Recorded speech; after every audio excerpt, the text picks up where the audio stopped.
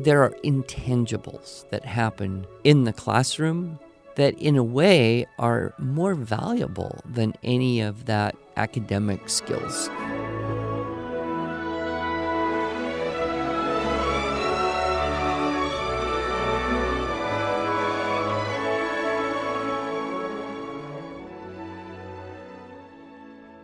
Hello, and welcome to the Arts of Language podcast with Andrew Pudewa, founder of the Institute for Excellence in Writing, or as many like to say, IEW. My name is Julie Walker, and I'm honored to serve Andrew and IEW as the Chief Marketing Officer.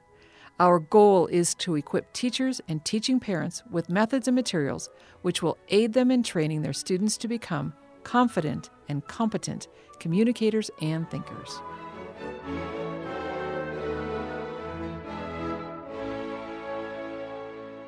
So, Andrew, a question that we sometimes get is, are you Canadian?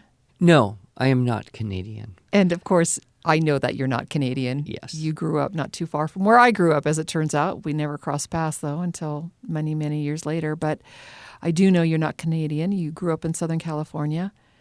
But why do people ask that question of you? Well, for many years, when I would teach the Teaching, Writing, Instruction Style seminar, I would say, I learned this in Canada. Mm-hmm. And so, because I didn't specifically say I went to Canada to learn this, which probably would have been clearer, they just kind of assume, must be Canadian. But no, I encountered Dr. Webster in the Structure and Style program, along with his aunt, Mrs. Ingham, and her daughter, Shirley George, and this team of people. The first time I went to Canada was the summer of 1990. Okay. My wife went with me, and I remember she was quite pregnant with a child, and I went because we were both working for a small school in Montana, and one of the teachers there was Canadian and was really talking up this thing called the Blended Soundside Program of Learning and how we really need to all go to Canada and learn this thing, and it'll make our school so great.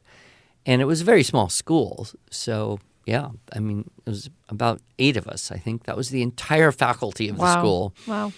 And we traveled to northern Alberta, tiny little town up there called Grouard at the Alberta Vocational Center, and stayed for 2 weeks and took this 2-week teacher training course. And it was divided into 2 tracks. One was for kind of the primary reading and writing, Mrs. Ingham's bailiwick, first grade. Mm-hmm. And then the other was the writing track, which was primarily Webster and structure and style and composition and application to higher grades. And so we went up there, and it was just absolutely life-changing. Some of the sessions were done together. Mm-hmm. So there was, like core things were done together, and then we would break off and do that.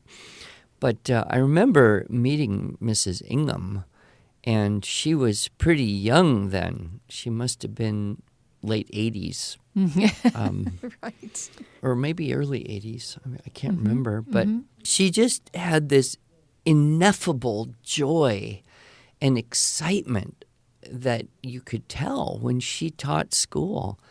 Those kids must have just loved it because she was just this positive, enthusiastic, encouraging, joy-filled, dance and sing kind of old lady. Yes.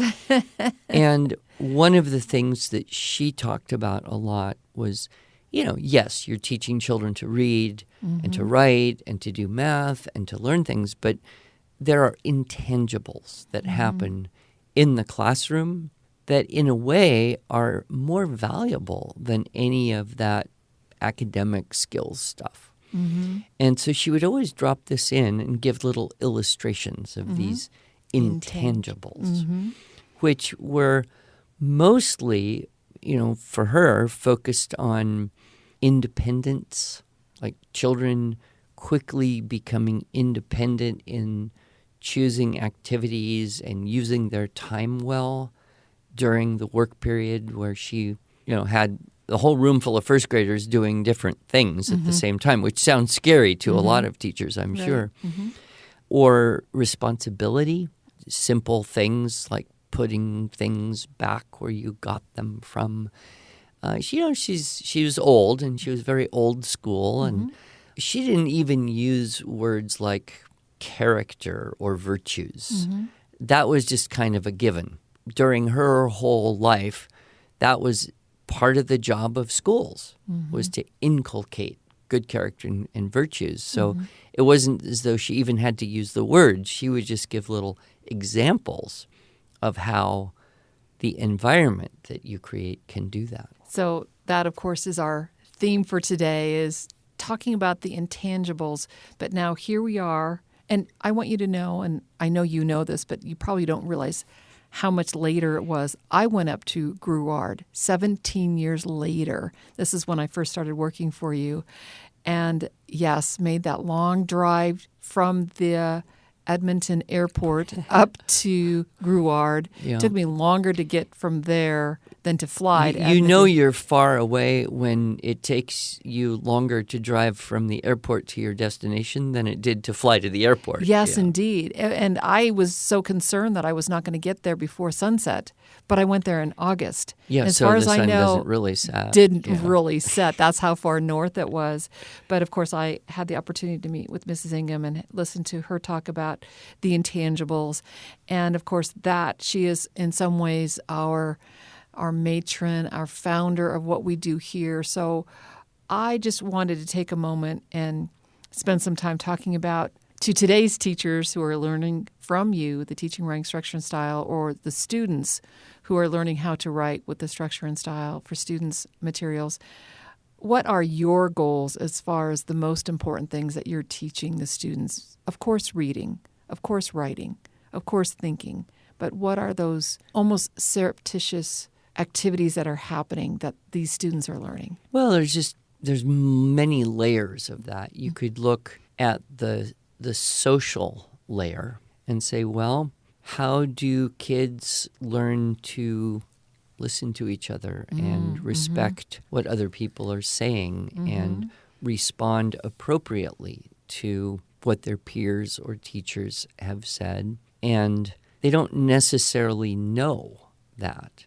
So it's, a little bit about modeling. So the teacher's primary job is to be an example. And so when we can listen respectfully and we can respond appropriately to what children say or ask, then other children hear that. So, I try to be very careful not to come across as, well, that was kind of a dumb idea, Right. even if it's immature, okay, that's the best the kid can do at this moment, or something they write that's just kind of goofy. Well, that doesn't help anybody to say, well, that's really goofy. Right. What does help them is to say, what do you like about it? And then maybe on the end of that, a suggestion. But we generally find in life, whether it's, a relationship with a spouse or their family members or coworkers or even in the public forum, if we react, then people react back, and it's just very reactive and unpleasant for everybody. Whereas if we can say, I hear, I appreciate, I understand that, I appreciate, then the doors for better communication, for better social experience open up. And, the great teachers that I have had the privilege of being around, Mrs. Ingham being one, Dr. Suzuki being another. There's probably a few more, Glenn Doman maybe. They had that. They had that just deep level respect for everyone, no matter how small, no matter how young or old, no matter how sophisticated or unsophisticated. And so I think I've really wanted to be an example of that as much as possible. So there's that social environment that's pretty intangible. And again, you could lecture kids and say, don't talk while someone else is talking, and raise your hand if you want to talk, and be sure you don't say anything offensive. And it doesn't work that way because they'll learn by example far more than they would ever learn by, instructional principle. The word instruct, one of the Latin meanings of the verb it comes from is to pile upon. Okay, great. To teach, the word kind of means to draw out. Instruct kind of means pile upon. So we have to be careful, I think, not to pile on too much that doesn't matter, that doesn't sink in, that isn't received. Then, of course, there's the whole area of how do you work with one other person. Oftentimes in an education setting, whether it's a classroom or even a home environment, you may or may not immediately have good chemistry with the person that you're trying to do something with. And so how do you work that out? It's different than a larger social group because it's more specific. And I have often observed our classes where kids are pretty much randomly paired up with some other kid to go off, stand in the corner or sit on the floor or sit at the table and talk through keyword outlines to each other. Right. And I love that time where I can just kind of look around the room and watch them react. And I even have gone so far as to try and model how to tell someone information from a keyword outline. Exactly. Look at the paper, think what you're going to say, look up at your partner's smiling face, and say what you thought, and talk to the person, not the paper. Right. And again, this is something you have to model repeatedly and then give opportunity repeatedly for the concept to really sink in and stick. Right. I asked this question of our customer service team, what are some of the intangibles that you have seen come out? And that what you just described there was that respect.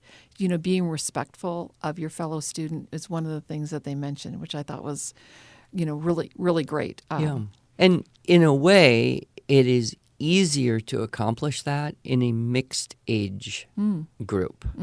Because when you're in a class where everybody's, the same age plus or minus 5 months, they all kind of have this we're equal, nobody's better than anyone else, we have to all kind of be the same. Because if I'm, louder, better, smarter than someone else, then they're going to hate me. So I have to dumb myself down. And so you get that kind of phenomenon of kids all in the same age. They'll sink down. And nobody tells them to do this. This is just instinctive. Right. They'll sink down to the lowest common denominator of vocabulary and ideas and concepts, even attitude and behavior. Whereas in a mixed age environment, which is where I've done most of my teaching, it does more closely resemble a family where siblings are 2 or 3 or 5 years apart. But, I really like a teaching environment where the oldest and the youngest are about 3 years apart and everybody's just in there. And then if you pair up, first of all, you don't know that you're the same age. You may or may not know who's older. You can figure that out. But if you're with someone who's a year or more older, you kind of want to be your best around them. You want to imitate that. And then if you're older and you're around someone younger, you kind of have that feeling like, okay, I've got to be the best that I can be because I'm in the leader, teacher, big brother, big sister mode. And so, for what we see a lot of, particularly in kind of the homeschool co-op style class, I think lends itself towards cultivating better social interactions. So that'd be, the one-on-one. The third area would be the personal intangibles. I remember Mrs. Ingham telling this story about she had this library of books, right? And this is, she lived and taught in Saskatchewan, which is not one of those pleasant weather places a lot of the time. Especially during the winter. Yes, it's cold. And so, once the children, they would go from Sound City into the activities and then the discovery cards, and then they would graduate into library. And she had a nice big collection of books, and she would say, now you can take this book home, but I want you to put it in this plastic bag so that it doesn't get wet, and if you drop it, it won't fall in the snow. And you want to take care of this because this book is a wonderful thing. And we want to keep our books wonderful so everyone can enjoy them. Well, she's talking to first graders, right? Right, of course. And so she would say, now, when you bring it back from home, don't forget to put it back in the plastic bag so that you can bring it back to class safely. And then we can use our plastic bags to protect our books. And she would use that as an example of teaching a small point of personal responsibility to a room full of 6-year-olds for whom personal responsibility is becoming kind of a newer idea. Right. And then she would say, well, and sometimes a child would forget the plastic bag and they would be very sorry. And she would say, well, it's okay. I have another plastic bag. But next time you'll do that for me, won't you? Right. And there's a huge difference between someone saying, you have to do this because it's the rule versus you do that for me, wouldn't you? Right. And it's that encouraging, and then the child is inspired, motivated to remember and exercise that level of personal responsibility. Yep. I know as a parent, it is very easy to kind of just fall back into this authoritarian mode. And it's like, you have to do it because I said so. Why do you make your bed? Because I said so. Right. But no, why do you make your bed? There are lots of ways you could explain, but none of them can happen in the short period of time where you could say, because I said so, right? Right. But Mrs. Ingham just had that patience, that incredible patience that it takes. And so you felt that way. Webster was kind of like that too. He had his checklists and his grading system. And the one thing that I initially just appreciated so greatly about Webster's system and the checklists for the stylistic techniques and the models was that, you could communicate to a child, here's exactly what the plan is. And you're going to have this many paragraphs, and each paragraph is going to do this job or follow this rule. And then there's this checklist. You try to get these 4 dress-ups in each paragraph. But you don't just try, you do. Right. So if you need help, okay, fine. We'll help you. We'll work together. I'll give you suggestions. But there's that accomplishment, that sense of accomplishment that was so refreshing compared to the fuzziness of grading stuff. A letter shows up on your paper and you're not really sure why you got that letter. Yeah. And even in things like math or spelling or something, okay, you got 86%. Right. Well, are you happy about that? I mean, well, it doesn't matter whether you're happy or not because you can't really do anything to change it. It's over. It's finished. You're stuck. Right. Or maybe, you had a really bad day and you didn't study and didn't sleep well, or somebody in your family was sick or you're sick and you did worse than 86%. Right. And then you're like, but I could have done better if I just had a chance. Right. And, that checklist now gives them that guideline. And, back to what some of the feedback that we got from our team, the checklist came up over and over again in that it's teaching personal responsibility, the check what you do and do what you check. Yeah. I love that phrase. I remember the first time I said it. Right. It was because, there were kids who had turned in a paper and all the boxes were checked on the checklist, but they weren't all marked and done in the paragraphs. Right. And, okay, I can understand that's an oversight, but we don't want to make technical oversights. Right. And if you take the time, okay, you've checked it. Okay, did you do it? Right. It's kind of like crossing off things on a shopping list when you don't actually put them in your cart. What's the point? Yeah, exactly. Or, they did stuff, but they didn't indicate it. So, yeah, there's the which clause in there, but I can't find it unless I read every word of the paragraph. Right. Okay, the rule is you underline the dress up. And that's not just for me, the teacher, to make my life easier, which I do appreciate. And you say that to the students, and all teachers who are listening to us, say that to your students. You can borrow that line from Mr. Pudois. Make my life easier. Don't you want to make my life easier? Do what you check and check what you may do. or may not. But, Right. That whole philosophy which we apply to stylistic techniques and indicators on writing papers is really something that is representing a much higher level of integrity. So Exactly. if I said I did something and I didn't, well, that's dishonest. Right. Even if there were extenuating reasons. Well, I couldn't because. All right, that's maybe valid, but don't say you did it if you didn't. Right, exactly. Likewise, if you've got to do something that you can't do, then you have to go get help. Whose responsibility is it to ask for help? Well, it's your. Yeah. Yeah. So, Own your education. Right? Yeah. So if you give me a project and I can't do it, or I can't do it in a timely way, is my job to ask you or someone for some additional help, manpower, ideas, whatever. Clarifying mostly. And that's true in every work relationship. And so if you're thinking, okay, how does school really prepare students for work and marriage and life?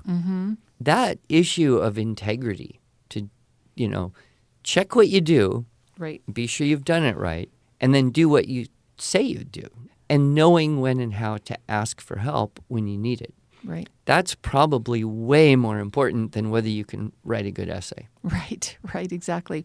Well, and here's another life skill that you teach in Unit 4, and that is limiting. Oh, yeah. Because you can't do it all, right?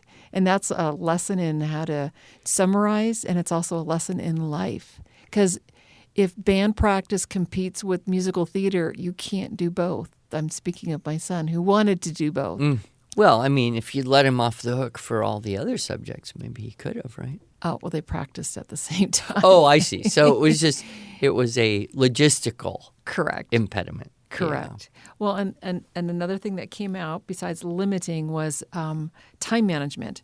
Procrastination is there an epidemic of procrastinators out there? Oh, is sure. there a club of procrastinators that never meets because they'll do it tomorrow? Yeah, well, there's a balance there because there does exist a certain urgency and energy that comes from urgency as you approach a deadline. Says a guy who tends to. Well, no, we've all experienced that. Oh yeah, me personally. Yeah, I shouldn't say says a guy. Says the room full of people. So we understand that, but then we also understand that as things get bigger and more complex, we can't necessarily wait to the last minute and do it as well as we should be able to. Right. And so that means the skill of taking a large thing and breaking it into small pieces. Right. And that's exactly what you do when you teach the super essay. Yeah. Well, I mean, that's exactly what we do when we teach Unit 1 with keyword outlines. True. Is here's this big process called write something, and how do we break it into small, manageable steps, which sometimes even need to be done in different time periods. Right. And so with younger children, okay, we're going to do this first thing, and then we stop for a minute. Then we come back to it. We do the next step in the process. And, okay, maybe we're done, and we'll come back tomorrow and do the third thing in this process, and then we're finished. So we really, I think, model for children the idea of taking a large thing and showing them that a big, huge, long thing that has to be done is really a series of small steps. Yep. And that, again, that's a life skill. That's something that, if we hire someone here and we see that they can do a little bit of a project and get it done in a timely way, we super appreciate that. Right. Than someone who, doesn't work that way and then, we need to intervene, and, sometimes it doesn't work out so well. Yeah, we hate those conversations. Another skill that came out was organization. Like I think of the SSS and how there's always a part where you tell the kids to organize their binders. And I think of those chaotic papers a-flying 9-year-olds. Are they going to actually be able to do that? So yeah, I think third grade teachers either sink or swim here. They either become masters of paper management for 9-year-olds, or they just quit and go away because it's too much. Yeah. But the thing we hate about it is it's so time consuming. Yeah. But you can't just say to someone, organize your stuff, right? You have to show, okay, this needs to go here, and this needs to go over here with these other similar things. It's the same as saying, hang your shirt up if it's clean and put it in the hamper if it's dirty. But if it's just on the floor, you don't even know. Right. Yep. And these little life skills that children develop, both in the process of doing schoolwork and in the process of growing up, have tremendous impact on what their life is going to be like when they move out of home and have to kind of be in charge of themselves that way. Exactly. Let me just tell you a quick story of when my son was getting ready to go to college. And we went to the office. Which son, I have to ask? The oldest. Okay. Isn't it always about the oldest? Yeah. Maybe not in my case. But we went to the office supply store, and I was just letting him pick out whatever he thought he needed. And this doesn't completely surprise me, but he pretty much modeled what he had been doing in high school, a separate notebook for every class with the dividers so that he could organize his paper. And he knew to grab this binder for this class and that kind of thing. And I kind of walked out of there just shaking my head going, that was actually really cool to watch him do that. Like, I taught him a skill that he's now using in the real world of college. And, sometimes there are curriculums like study skills that try to do this very explicitly. And that can stick or not stick. But it's really what you grow up doing that you will carry off into adulthood. Yep. I don't know if you have read any of Jordan Peterson's books, but in his first book, Antidote to Chaos, 12 Rules for Life, one of those is make your bed. Yes. Right? And then there was that, or clean your room. I think it was clean your room, make your bed. And then there was that Marine Corps general who gave that famous speech, make your bed. And then in the second book, Beyond Order, 12 More Rules for Life, it was make your bed isn't enough because you have to go beyond just keeping things orderly because that's the foundation on which beauty can exist. And so he got into that idea of, once you've got basic order in your room, then you can take a little corner of your room and try to make it beautiful.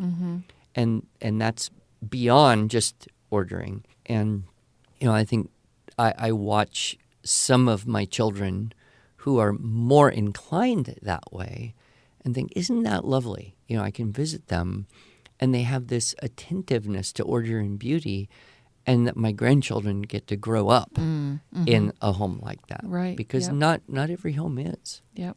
I know that for students, and this is just kind of ending on this organizational strategy and why this is so important, it is easier to learn when you are living in an environment that is clutter-free, that is organized. You know what the next thing to do is, those boundaries, those clear expectations. You're going to be able to be more successful. It's funny because computers have taken over paper management. But in a way, it's worse because there's so much more information. True. And you've got gazillions of pictures. You've got files out the ears. You've got downloaded stuff that's all over the place. And the tools for managing that are available. And you can intuit how to use these tools, but you have to have the impetus towards organization. And that is kind of like a talent that's developed in the growing up period. And you do meet people who have unbelievably cluttered up screen desktops or one person I know has like 32,000 emails still on their phone. And you're like, why would you ever let that happen? Because once you're into the triple digits, how do you even get past that? Just close that account, delete it, start over again. You Oh, won't no, miss but it. you'd lose something valuable. So, but I think, our approach is very balanced. Mrs. Ingham's Yep. school environment, Webster's approach, they're old. They're old school. Mm-hmm. They have seen it all. Yep. And they understand, what do you do in first grade, which is where Mrs. Ingham worked, so that you get a university student who's capable and competent of Graduate dealing, level university, which is where Dr. Webster worked. where Webster was. And part of it is physical and part of it is just mental organization. Yep. And I think we help with both of that. I think we do. Well, thank you, Andrew. This has been a delightful talk, kind of reminiscing and remembering those that have gone before us in this educational pathway. So thank you.